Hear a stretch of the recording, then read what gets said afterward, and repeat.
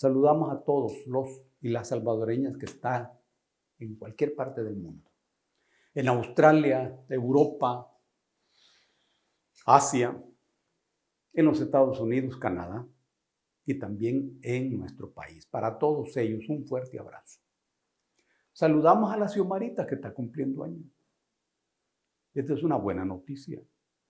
Siempre que uno cumple años es un trance por una suma y una resta. Este es el acontecimiento que significa siempre eso. Sumar y restar. Quizás es la única operación vital. Pero de todas maneras, mucha celebración. Lo mejor para Xiomarita, buena salud, que es fundamental. Salud, mucho estudio y ecuanimidad en la vida. Saludos a los trabajadores maravillosos del tren de aseo de San Salvador. Los que recogen la basura en los días que les toca. Gente abnegada, gente organizada. Coordiná bien con ellos vos, Neto. Apoyarlos en lo que ellos necesitan. Hacen un excelente trabajo. Lo mismo los que barren y los que cuidan los parques y las zonas verdes. Abrazo para todos. Un saludo a Marina y a José Rivas de Santa Tecla. Este Tamagaza es una historia completa. Y la Marina también. Que los hijos estén bien. Y los nietos también. Un saludo a la doctora Carolina Melara de Usulután. Que todo le salga bien. Expresamos nuestro pesar por las víctimas de la tormenta Amanda, que asoló y sigue asolando nuestro país en estos días. Expresamos nuestro pesar y nuestro duelo por ellos y nuestro abrazo fraterno a sus familiares. Hoy vamos a hablar de algo que oscila las 24 horas del día en la vida de las personas, pero que no siempre es ponderado de manera suficiente, ni evaluado de manera importante. Hasta en los seguros de vida no aparece, y es el tema de la salud mental. ¿De qué manera lo que ocurre hoy en el mundo y en nuestro país sacude las fibras de la psicología de cada persona? Porque ocurre que la pandemia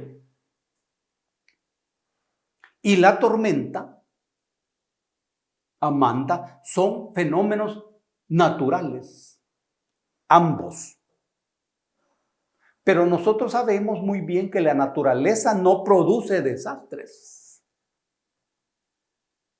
La naturaleza sencillamente funciona. Y es la sociedad humana la que produce el desastre. A partir de la manera en que está organizada y en que está funcionando la sociedad humana. Y esta pandemia ha hecho en 1 o 2 meses en el mundo lo que muchos libros, discursos, pláticas, artículos, programas de televisión y conferencias han venido diciendo. Pero en 1 o 2 meses, el ser humano tiene oportunidad de tirar una mirada profunda sobre la realidad. Y los países con economía fuerte, que se decían países desarrollados, ocurre que en lo que tiene que ver con los seres humanos son débiles.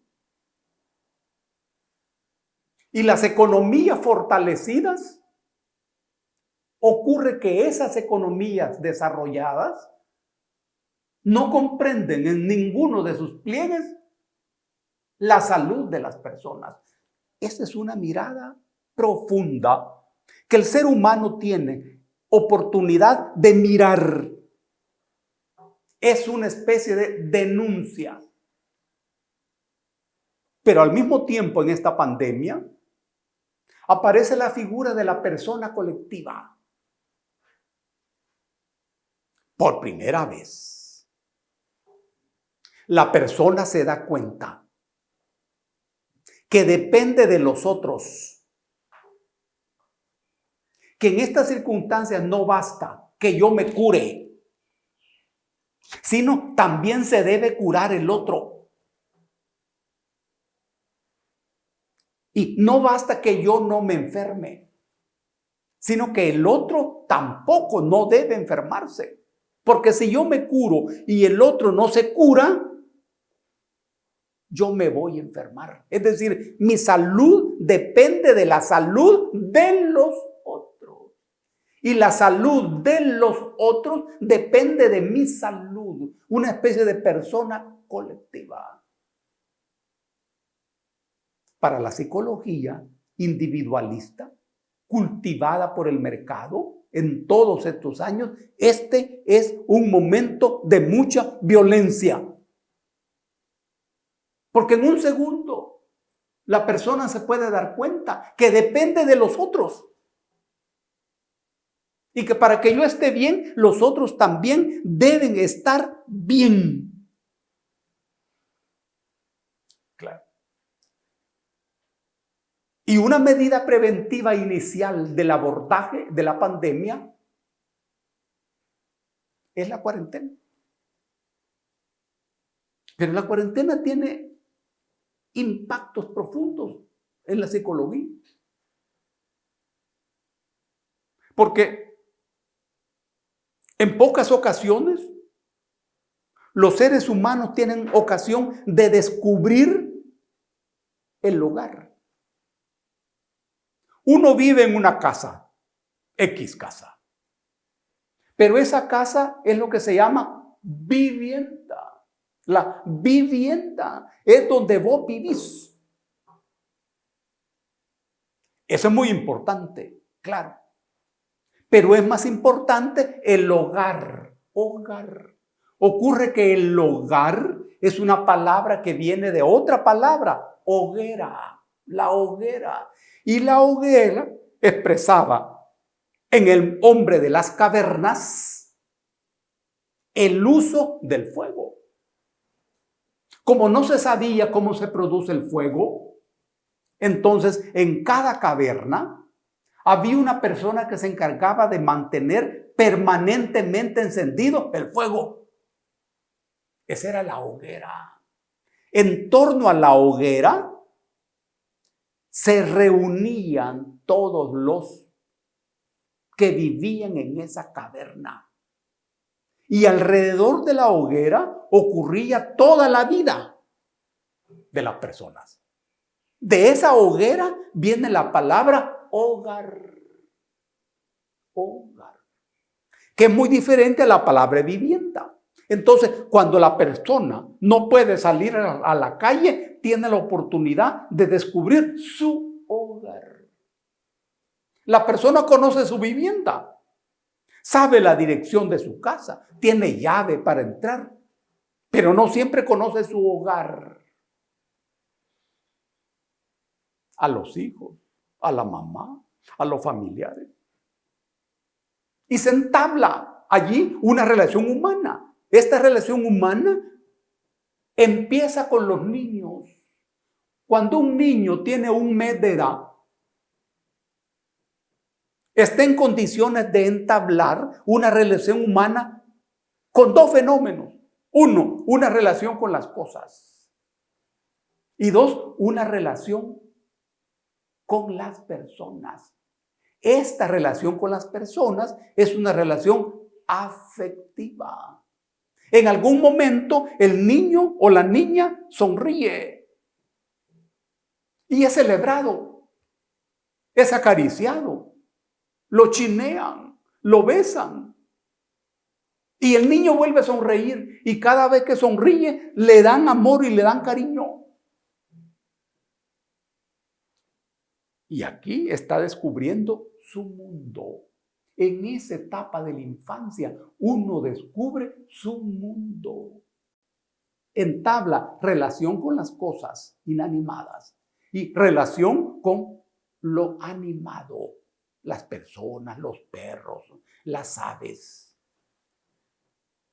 Pero en estas circunstancias, aquí descubre a su mamá, a su papá, a su abuelo, a sus hermanos. Pero ocurre que en estas circunstancias la mamá y el papá están enmascarados. Pero la mamá y el papá que están enmascarados no pueden chinearlo como ocurre en las circunstancias normales. Hay una distancia. Esto tiene un impacto desequilibrante en la psicología de ese niño.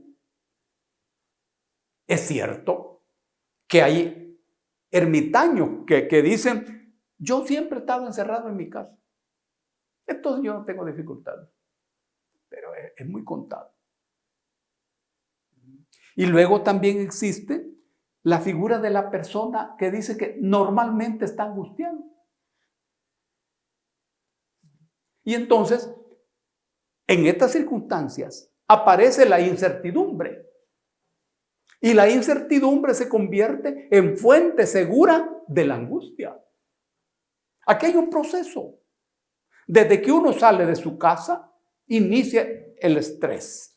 El estrés es la presión del exterior sobre vos. Eso se llama estrés. Desde que uno sale de su casa.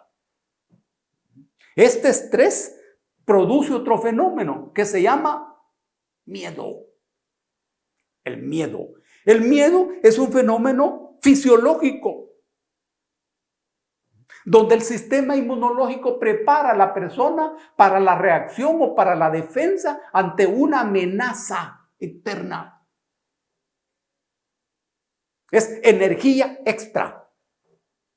Ese es el miedo.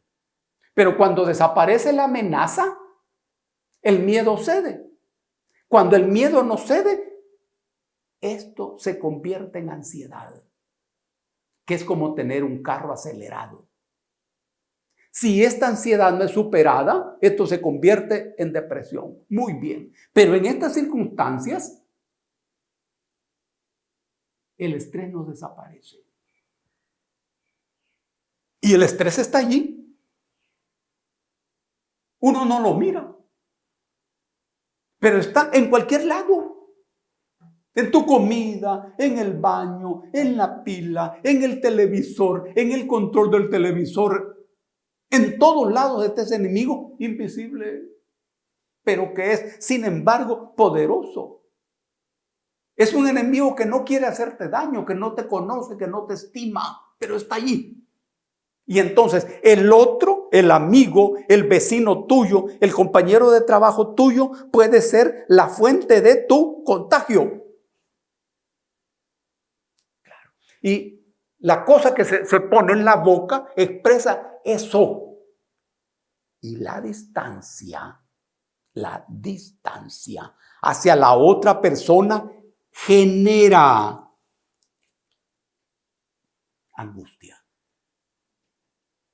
Genera angustia. En el caso de nosotros, somos gente efusiva. Muy efusiva en los encuentros, en las bromas. Pero eso ha cambiado. Ese mundo ha desaparecido para siempre. Hay que saberlo.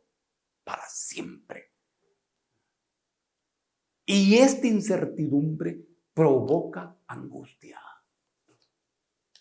Mucho más cuando ahora a la pandemia se une la tormenta. Es una cosa increíble que requiere de cada ser humano una estructura muy sólida y muy flexible para poder resistir ese fenómeno. Ahora, ¿cuál es la ambición y el sueño de las personas en estas circunstancias? Lo que se llama normalidad. que todo vuelva a la normalidad.